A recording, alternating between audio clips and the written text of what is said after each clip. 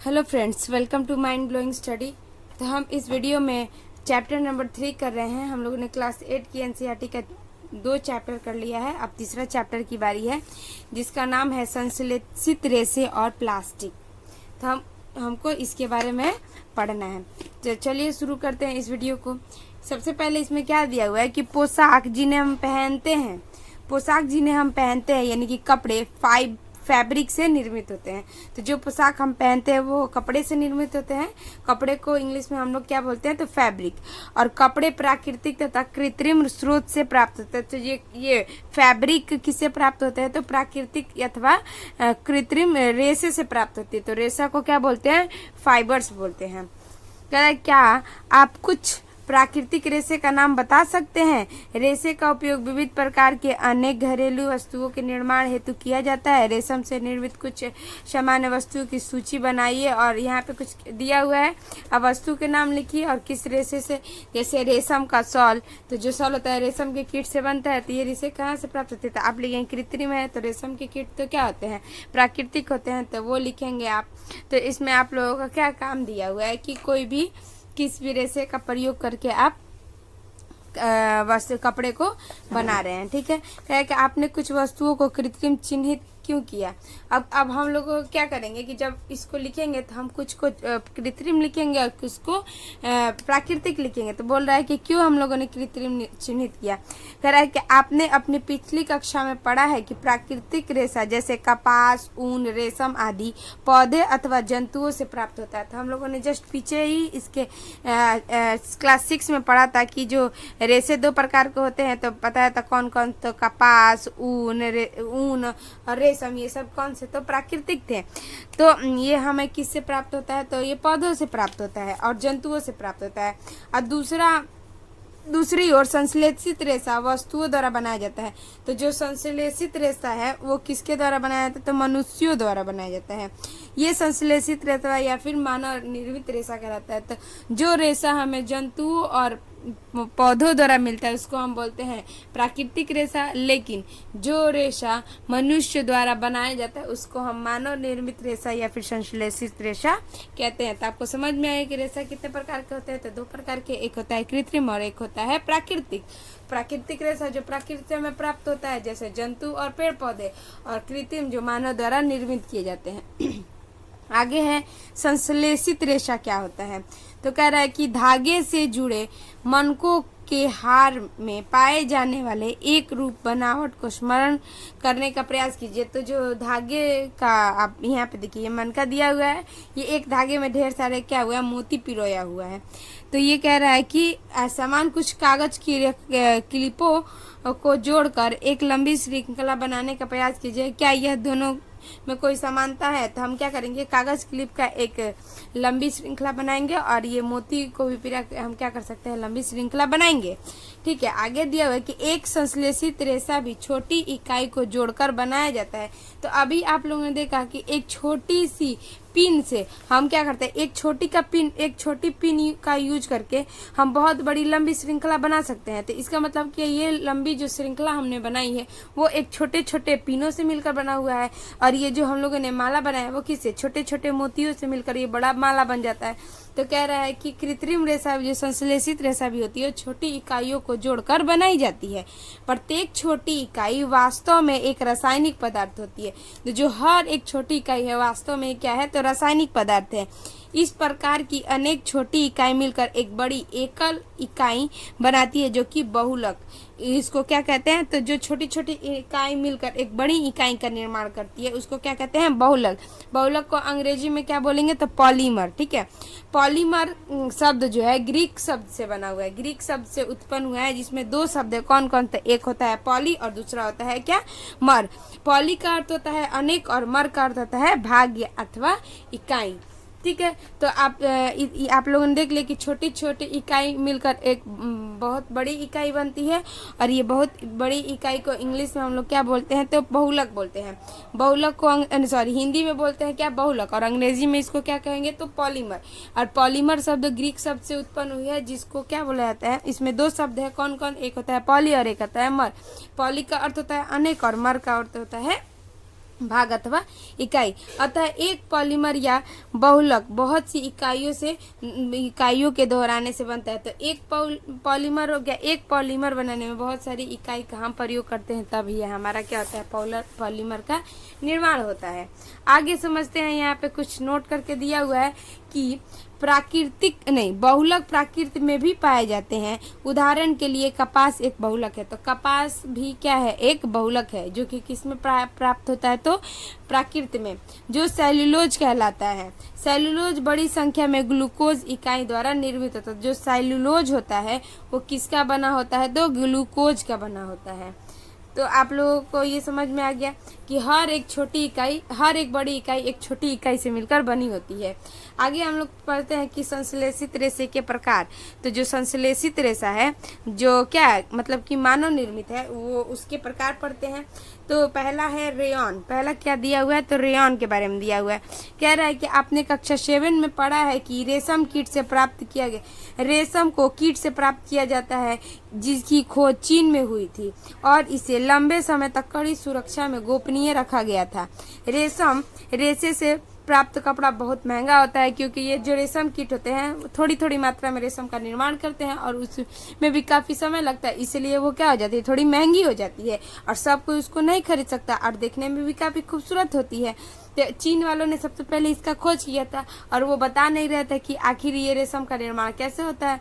लोग जाके अपना चाइना से रेशम का कपड़ा खरीदते थे और वो लोग काफी महंगे दामों में देते थे। तो लोगों ने सोचा कि कुछ ऐसा हमें बनाना चाहिए जो कि क्या हो, रेशम का जो कपड़ा आ रहा है उस प्रकार का हो और हमें सस्ता भी पड़े। तो कह रहा है कि प्रत्येक व्यक्ति को तो रेशम का जो कपड़ा था काफी खूबसूरत होता था, उसका बुनाई भी क्या होता था, काफी खूबसूरत होता था। तो इसीलिए क्या किया गया कि प्रत्येक व्यक्ति, जैसे ही सब कोई व्यक्ति देखता था तो उसका मन मोहित हो जाता था, सोचता था कि हम भी ये कपड़ा पहने। कह रहा है कि रेशम को कृत्रिम से बनाने का प्रयास किया गया। तो जो रेशम था वो तो रेशम के कीट से बनता था, तो लोगों ने सोचा कि चलिए इसको कृत्रिम रूप से बनाते हैं। तो प्रयास किया गया। 19वीं शताब्दी के अंतिम छोर पर वैज्ञानिकों को रेशम समान गुणों वाले रेशा प्राप्त करने में सफलता हुई। तो बहुत सारे कठिन मेहनत किए गए रेशम का जो कृत्रिम रेशा बनाने का। तो आखिरकार 19वीं शताब्दी के अंत में क्या हुआ कि हम रेशम के गुण वाले रेशा बनाने में सफल हो गए। इस प्रकार का रेशा कास्ट यानी लुगदी के रासायनिक उपचार से प्राप्त होता है। तो जो कृत्रिम प्रकार का रेशम का ये था रेशा, वो किससे प्राप्त होता था, तो कास्ट लुगदी के रसायन उपचार से प्राप्त होता था। यह रेशा रेयॉन अथवा कृत्रिम रेशम कहा जाता था। रेशम के जैसा बनाया गया था, तो इसे रेशम तो नाम दे नहीं सकते, इसलिए इसका क्या नाम दे दिया गया है, तो रेयॉन, ठीक है।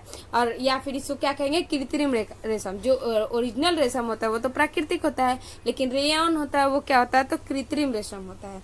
यद्यपि रेयॉन प्राकृतिक स्रोत यानी काष्ठ लुगदी से प्राप्त होता है। तो जो ये काष्ठ लुगदी है वो क्या है, एक प्राकृतिक स्रोत है, ये उससे प्राप्त है। यह एक मानव निर्मित रेशा है। तो ये क्या है, मानव निर्मित रेशा है। यह रेशम से सस्ता होता है, परंतु इसे रेशे के समान बुना जा सकता है। तो ये जो होता है ना, ये उससे थोड़ा सस्ता होता है, ठीक है। और इसे जैसे रेशम के कपड़े बुने जाते हैं उसी प्रकार से हम रेयॉन के भी कपड़े बुन सकते हैं। इसे रंगों की कई किस्मों में रंगा जा सकता है। तो जो रेयॉन है इसे कई रंगों में रंगा जा सकता है। रेयॉन को कपास के साथ मिलाकर बिस्तर की चादर बनाते हैं। तो रेयॉन को क्या करते हैं, कपास के साथ मिलाकर बिस्तर की चादरें बनाते हैं अथवा ऊन के साथ मिलाकर कालीन या फिर गलीचा बनाते हैं। तो यहाँ पे देख लीजिए, कह रहा है कि कपास के साथ, रेयॉन को हम कपास के साथ मिलाकर क्या बनाते हैं, तो बिस्तर की चादर बनाते हैं। और ऊन के साथ अगर रेयॉन को मिला के क्या बनाते हैं, तो कालीन या फिर गलीचा बनाते हैं। आगे दिया हुआ है, ये एक हो गया आपका क्या, संश्लेषित रेशा, मतलब कि मानव निर्मित द्वारा रेयॉन। आगे है थोड़ा क्या, तो नायलॉन के बारे में पढ़ लेते हैं। ये भी एक क्या है, तो ये भी एक है संश्लेषित रेशा। नायलॉन एक अन्य मानव निर्मित रेशा है। इसे 1931 ईस्वी में बिना किसी प्राकृतिक कच्चे माल यानी पौधे या जंतु से प्राप्त का उपयोग किए बिना बनाया गया। तो अभी हम लोगों ने रेयन को देखा, तो रेयन तो हम लोगों ने कृत्रिम रेशा बनाया, लेकिन इसमें हम लोगों ने इसका प्राकृतिक रूप से जो निर्मित है काष्ठ लुगदी उसका प्रयोग करके बनाया। लेकिन जो नायलॉन है इसमें कोई भी प्राकृतिक रूप का कच्चा माल नहीं यूज किया गया है। तो प्राकृतिक में पेड़ पौधे जंतु आएंगे, कह रहा है कि प्रयोग किए गए। इसका निर्माण कोयले जल और वायु से किया गया है। तो इसका निर्माण किससे किया गया था? कोयले जल और वायु से किया गया है। यह प्रथम पूर्ण रूप से संश्लेषित रेशा है। तो ये जो रेशा है वो किस प्रकार का है? तो पूर्ण रूप से संश्लेषित। रेयन था जो थोड़ा बहुत तो उसमें प्राकृतिक चीजें बनाई। वैसे तो कोयला जल और वायु भी प्राकृतिक ही है, लेकिन रेशा का तो इसमें कोई यूज नहीं हुआ है। फिर आगे कह रहा है कि नायलॉन रेशा प्रबल प्रस्थ और हल्का होता है। तो जो नायलॉन का रेशा होता है वो क्या होता है? हल्का होता है, ठीक है, और प्रबल होता है यानी मजबूत भी होता है। कह रहा है कि यह चमकीला और धुलने में सुगम होता है। तो जो नायलॉन का होता है वो कैसा होता है? चमकीला होता है और उसे धोने में भी क्या होता है? आसानी होती है। अतः यह कपड़े के निर्माण हेतु बहुत प्रचलित है। तो वैसा ही कपड़ा लोग लेना पसंद करते हैं जिसे क्या हो? धोने में आसानी हो। तो ये जो नायलॉन के कपड़े बनते हैं उसे धोने में बहुत आसानी होती है, और ये कपड़े क्या होते हैं? थोड़े हल्के भी होते हैं। क्या नायलॉन रेशा वास्तव में इतना प्रबल है कि जो हम इसे नायलॉन यानी पैराशूट और चट्टानों पर चढ़ने हेतु रस्सी बना सकते हैं? तो जो आप ये देखेंगे कि जो नायलॉन के रेशे होते हैं इसका हम प्रयोग क्या करते हैं? पैराशूट और चट्टानों पर चढ़ने के लिए जो रेशे का प्रयोग किया जाता है वो किसके किए जाते हैं? तो नायलॉन के। तो जो नायलॉन होते हैं ना वो काफी उसके रेशे मजबूत होते हैं। कह रहा है कि हम नायलॉन से निर्मित कई वस्तुओं को उपयोग में लाते हैं। तो नायलॉन से निर्मित हम भी कई वस्तुओं को उपयोग में लाते हैं। जैसे कौन कौन से? तो जैसे जुराब, रस्सी, क्या क्या? तो यहाँ पे दिया हुआ है जुराबे मतलब क्या? मोजा, ठीक है, और रस्से, तंबू और दांत साफ करने वाली ब्रश। जो ब्रश होती है यहाँ पे जो ब्रश दिए हुए हैं हम लोग जो सुबह दांत साफ करते हैं वो भी किसके बने होते हैं? तो नायलॉन की बनी होती है। उसके ये जो ब्रश दिया हुआ ऊपर का जो ब्रश दिया रहता है, ठीक है, हैंडल नहीं। फिर कह रहा है कि कारों की सीट के पट्टे, स्लीपिंग बैग, पर्दे नायलॉन के उपयोग पैराशूट के धागे बनाने के लिए। फिर यहाँ पे दिया पैराशूट और चट्टानों पर चढ़ने हेतु रस्सी का निर्माण के लिए भी बनाया जाता है। तो आप लोगों ने देख लिया कि नायलॉन काफी प्रचलित है। ये रेयन तो थोड़ा बहुत इसे कृत्रिम रेशा तो बोला गया, लेकिन उससे भी जो ज्यादा अच्छा क्वालिटी किसमें आ रहा है? तो नायलॉन में। नायलॉन का बहुत प्रकार से इसका क्या कर रहा है? तो काम हो पा रहा है। क्या यहाँ पे दे रहा है बूझो का प्रश्न है कि क्या नायलॉन के रेशे सचमुच इतने मजबूत होते हैं कि हम उसके पैराशूट और चट्टान पर चढ़ने का रस्सी का निर्माण कर सकते हैं? तो हाँ, नायलॉन के रेशे क्या होते हैं? काफी मजबूत होते हैं। हम इनका प्रयोग पैराशूट और चट्टान पर चढ़ने के लिए रस्सी के रूप में प्रयोग कर सकते हैं। एक नायलॉन का तार इस्पात के तार से भी अधिक प्रबल होता है। तो इसमें दे रहा है कि एक नायलॉन का जो तार है, जो स्टील का तार बने होते हैं, इस्पात के तार बने होते हैं, उससे भी काफी क्या होते हैं? मजबूत होते हैं। तो यहाँ पे देखिए एक व्यक्ति है जो कि क्या है? पैराशूट पे है, और यहाँ पे ये जो रस्सी बनाई गई है वो किसकी बनी है? तो नायलॉन की। और ये एक पर्वतारोही है जो पर्वत पर क्या हो रहा है? चढ़ रहा है। तो ये जो धागे का प्रयोग कर रहा है वो किस प्रकार का धागा है? तो नायलॉन का बना धागा है। यहाँ पे कुछ दे दिया है कि क्रियाकलाप की एक क्लैंप युक्त लोहे का स्टैंड लीजिए, ठीक है, क्लैंप युक्त लोहे का स्टैंड लीजिए, लगभग 60 सेंटीमीटर लंबा एक सूती धागा लीजिए। 60 सेंटीमीटर का धागा लेना है, ठीक है, इसे क्लैंप के साथ बांध दीजिए। इसे क्या करना है? लैंप के साथ बांध देना है जिससे यह स्वतंत्र रूप से लटक जाए। तो छोड़ देना लटक, जैसा कि 3.5 में चित्र में दिया हुआ है। मुक्त सिरे पर एक हुक लगाकर पलड़ा बांध दीजिए। तो ये लगा दिया और यहाँ पे इसको क्या करना है? इसको पलड़े पर बांध देना है। कह रहा है जिससे कि बाट रखा जा सके। तो ऐसा रखना है ना जिसपे क्या हो कि बाट रखा जा सके। पलड़े पर एक एक करके बाट तब तक रखते चले जाइए जब तक कि धागा टूट ना जाए। तो यहाँ पे पलड़े पे क्या करना है? एक एक करके इस पे वजन रखते जाना है, जब तक वजन रखना है जब तक कि धागा टूट ना जाए। ठीक है। कह रहा है कि उसके बाद टूट ना जाए और कुल भार को लिख लीजिए। अब लिख लेते हैं कि कब तक उसको करेंगे कि वो टूट नहीं जाता, जब तक रहेंगे तो फिर आखिर तो कभी ना कभी उसको टूटना ही है। फिर कह रहे यह भार रेसे की समर्थता बताता है। तो ये रेसा हम लोग अब समझ जाएंगे कि कितने केजी वजन पे ये जो सूती का धागा था वो टूट गया।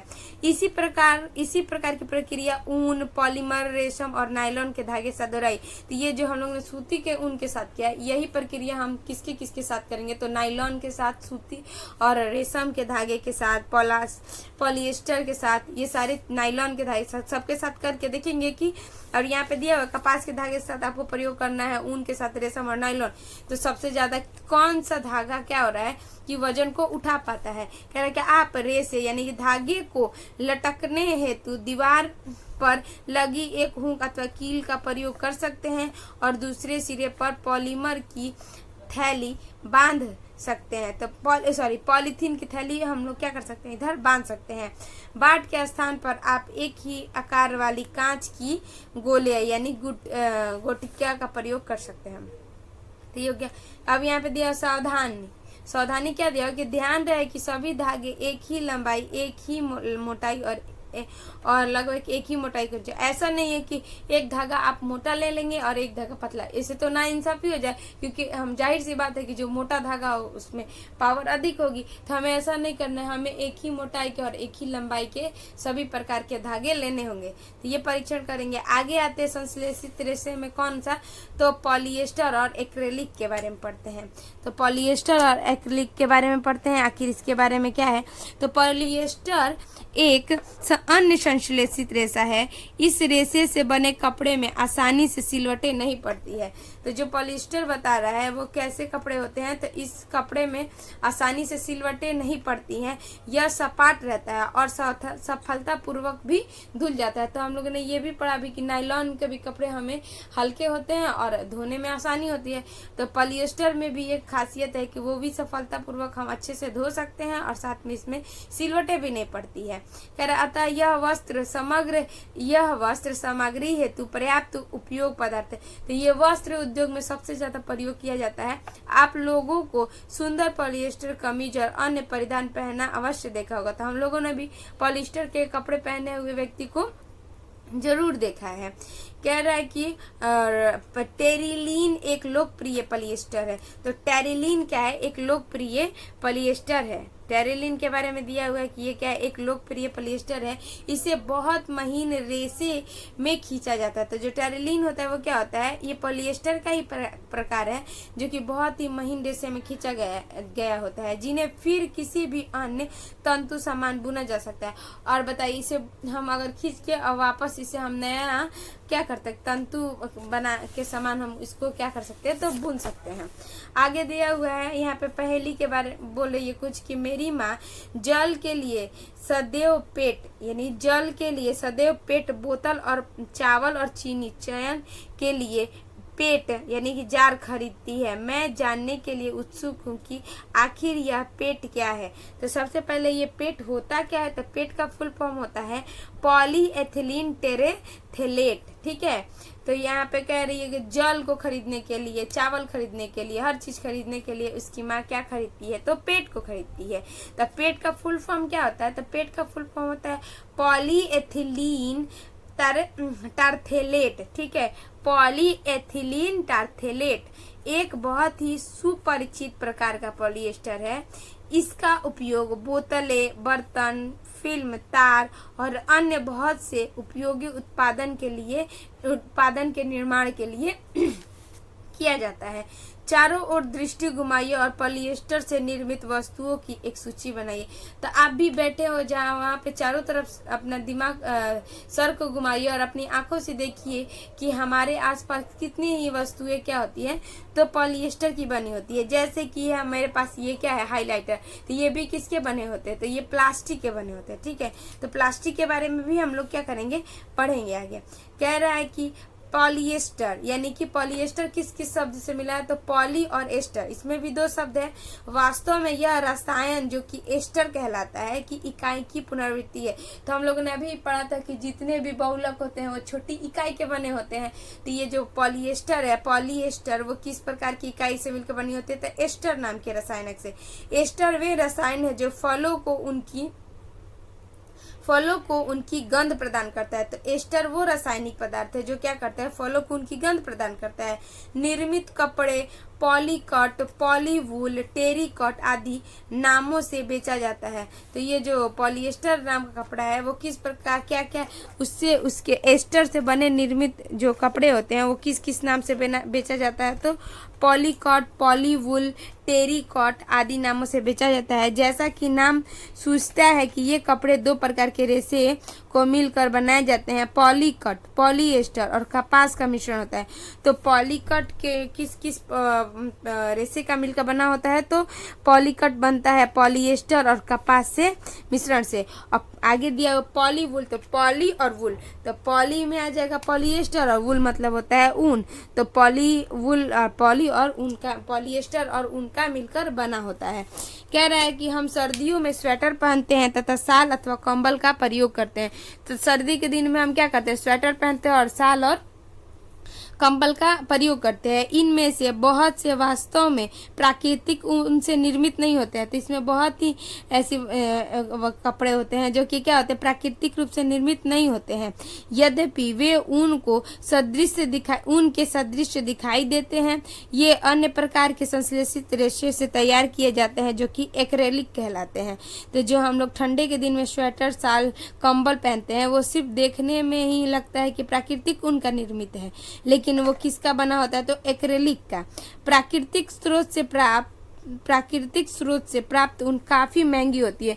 तो जो प्राकृतिक स्रोत से प्राप्त ऊन होती है वो क्या होती है, काफी महंगी होती है, जबकि एक्रेलिक से बनी वस्तु अपेक्षाकृत सस्ती होती है। तो जो ये एक्रेलिक होती है वो क्या होती है, अपेक्षाकृत उससे सस्ती होती है। ये विविध रंगों में उपलब्ध होती है। संश्लेषित रेशे अधिक टिकाऊ और पहुंच से भीतर होते हैं। तो जो संश्लेषित रेशे होते हैं वो अधिक टिकाऊ होते हैं और पहुंच से मतलब कि कोई भी लोग क्या होता है उसको खरीद सकते हैं। जैसे ये प्राकृतिक रेशे के अपेक्षा अधिक लोकप्रिय है। तो जिसके पास अधिक पैसे होंगे वही तो प्राकृतिक रेशे खरीद सकता है। हमारा देश में तो बहुत ही लोग क्या है, गरीब है। अगर उसको उन लोगों को शाल और स्वेटर की जरूरत होगी तो वो इतनी महंगी कैसे खरीद सकते हैं। इसीलिए जो एक्रेलिक के बने कपड़े होते हैं वो क्या होते हैं, थोड़े सस्ते होते हैं। तो कोई भी व्यक्ति जो छोटे तबके का, छोटी गरीब हो, वो भी क्या होता है, खरीद सकता है। आगे दिया हुआ कि आप पूर्व में प्राकृतिक रेशे को जलाने पर क्रियाकलाप कर चुके। तो हम लोगों ने पीछे वाले जो हमारा क्लास था उसमें हम लोगों ने प्राकृतिक रेशे को जलाया था। तो कह रहा है कि क्रियाकलाप कर चुके हैं। क्रियाकलाप 3.6 कक्षा 7 में हम लोगों ने क्या पढ़ा है। यदि आप संश्लेषित रेशे को जलाने का प्रयास करें तो आप पाएंगे कि इनका व्यवहार प्राकृतिक रेशे से भिन्न होता है। तो जो प्राकृतिक रेशा होता है उसको जलाएंगे और एक होता है कृत्रिम रेशा, उसको जलाएंगे। दोनों ही में हम लोगों को अंतर देखने को मिल जाएगा। आप यह भी पाएंगे कि संश्लेषित रेशा गर्म होने पर पिघलने लगता है। तो जो संश्लेषित रेशा होता है वो क्या होता है, जैसे ही गर्म होता है तो वो पिघलने लगता है। और ये वास्तव में संश्लेषित रेशा का एक हानिकारक गुण है। तो जो प्राकृतिक रेशा होता है इसको हम जब जलाएंगे तो वो राख बन जाता है, जबकि ये संश्लेषित रेशा होता है अगर इसको हम जलाएंगे तो वो क्या होने लगते हैं, पिघलने लगते हैं। यही इसकी खराबी है। यदि वस्त्र में आग लग जाता है तो यह बहुत आपदाजनक हो सकता है। तो जो संश्लेषित रेशा है अगर उसके वस्त्र में आग लग जाए तो यह हमारे लिए बहुत हानिकारक हो सकता है। कपड़ा पिघल जाता है और पहनने वाले व्यक्ति के शरीर